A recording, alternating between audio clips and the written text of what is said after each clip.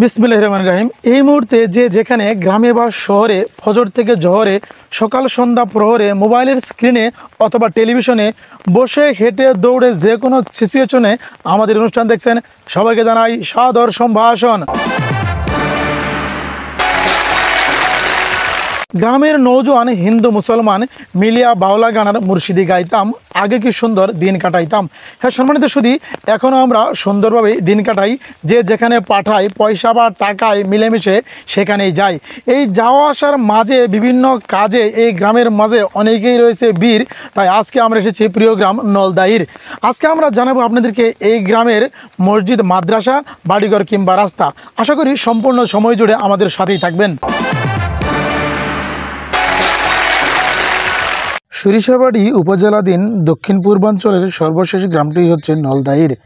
নানা প্রকার বনজ, ফলজ ও ঔষধি বৃক্ষের শোভিত নয়নাবিরাম চিত্তাকর্ষক গ্রামটির পূর্বে বলদিয়াটা বাজার, পশ্চিমে বিস্তীর্ণ ফসলি মাঠ, উত্তরে করগ্রাম এবং দক্ষিণে একটি খাল রয়েছে, যা এই গ্রামের মানুষের মাছের চাহিদা পূরণ করে থাকে। সরিষাবাড়ি উপজেলার সীমান্তবর্তী গ্রাম হলেও গ্রামটিতে শিক্ষিতের হার আশা জাগানিয়া। সুজলা সুফলা শস্য শ্যামলা আদর্শে গ্রামটির বুক চিরে বয়ে গেছে পাকা মেঠো পথ। প্রায় 4000 নিরীহ মানুষের এই গ্রামটিতে বসবাসের জন্য মায়া মমতায় ধনী গরিব জনতায় যার যার ক্ষমতায় নির্মাণ করে বসত বাড়ি। গ্রামটিতে পাকা, আধা পাকা এবং টিনের তৈরি বাড়ির আধিক্যই বেশি। সারি সারি এইসব বাড়িঘরগুলোই প্রমাণ করে এই গ্রামের মানুষগুলো কতটা ঐক্যবদ্ধ, কতটা ভাতৃপ্রতিম। সারাদিন হাড়ভাঙা পরিশ্রম করে সৎ পথে উপার্জনের পর ফিরে আসে এইসব শান্তির নিড়ে। তখন হাজারো কষ্টের ভিড়ে প্রফুল্লতা প্রায় প্রাণে মনে অন্তরে। এভাবেই তারা গ্রামকে এগিয়ে নিয়ে যেতে চায় সফলতার চরম শিখরে। আসসালামু আলাইকুম, আমি প্রিন্সিপাল সৈয়দ আব্দুর রউফ, নিবাস নলদাইর, মহাদান ইউনিয়ন, সরিষাবাড়ি উপজেলা, জামালপুর। আমার গ্রামটি সরিষাবাড়ি উপজেলা তথা জামালপুরের সর্বশেষ গ্রাম বলা পূর্বাঞ্চল, দক্ষিণ পূর্বাঞ্চলের সর্বশেষ গ্রাম। গ্রামটি উত্তর দক্ষিণে লম্বা, ছায়া সুনিবিড়, শান্তির নীড় আমাদের এই গ্রাম। গ্রামের মানুষগুলো পাশাপাশি সৌহার্দ্যপূর্ণ পরিবেশে পরস্পর সম্প্রীতিতে গ্রামে বসবাস। এই গ্রামটি একটি সহনশীল, শান্তিপূর্ণ গ্রাম। গ্রামের শিক্ষিতের হার আগের তুলনায় এখন যথেষ্ট ভালো। তো আমরা আশা করি আগামীতে এটা প্রায় শতভাগে উন্নীত করার জন্য আমরা সচেষ্ট হব। গ্রামের যুব সম্প্রদায়, আমরা যারা অবসরপ্রাপ্ত বয়স্ক লোকজন, আমরা গ্রামটির মানুষের শিক্ষা, সম্প্রীতি, ভালোবাসা ইত্যাদি দিকে মানুষকে ধাবিত করে একটি সুন্দর আদর্শ উন্নত গ্রামে পরিণত করতে চাই। এ ব্যাপারে সকলের সহযোগিতা, সহমর্মিতা আমরা প্রত্যাশা করি। ধন্যবাদ। গগনে উঠিল রবি লোহিত বরণ, আলোক পাইয়া লোক পুলকিত মন, শীতল বাতাস বয় জোড়াই শরীর, পাতায় পাতায় পড়ে ঠান্ডা শিশির। হ্যাঁ সম্মানিত সুধী, এমন এই শত শত কবিতা লেখা যায় নলদাইর গ্রামের সৌন্দর্য দেখে।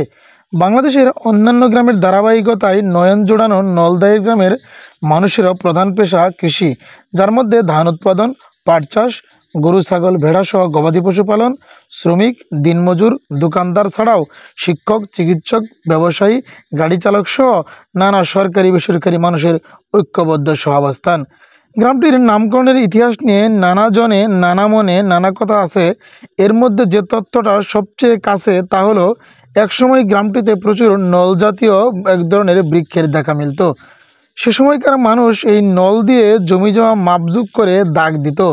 দাগকে আঞ্চলিক ভাষায় দাইর বলার কারণে এই গ্রামটির নাম হয়ে যায় নলদাইর। মোরগ ডাকে সাত সকালে উঠতে মুদের কয়, তবু যারা রইল শুয়ে জ্ঞানী তারা নয়। হ্যাঁ সম্মানিত সুধী, নলদাইর গ্রামটিতে গ্রামের আলোয় ছড়িয়ে দিতে 1938 সালে প্রতিষ্ঠিত হয় নলদাইর প্রাথমিক বিদ্যালয়, যেখানে নতুন ভবন নির্মাণের জন্য চলছে মহাযজ্ঞ। শতভাগ মুসলমানের এই গ্রামটিতে দৈনিক 5 ওয়াক্ত নামাজ আদায়ের জন্য এই গ্রামটিতে রয়েছে দৃষ্টিনন্দন 3টি মসজিদ।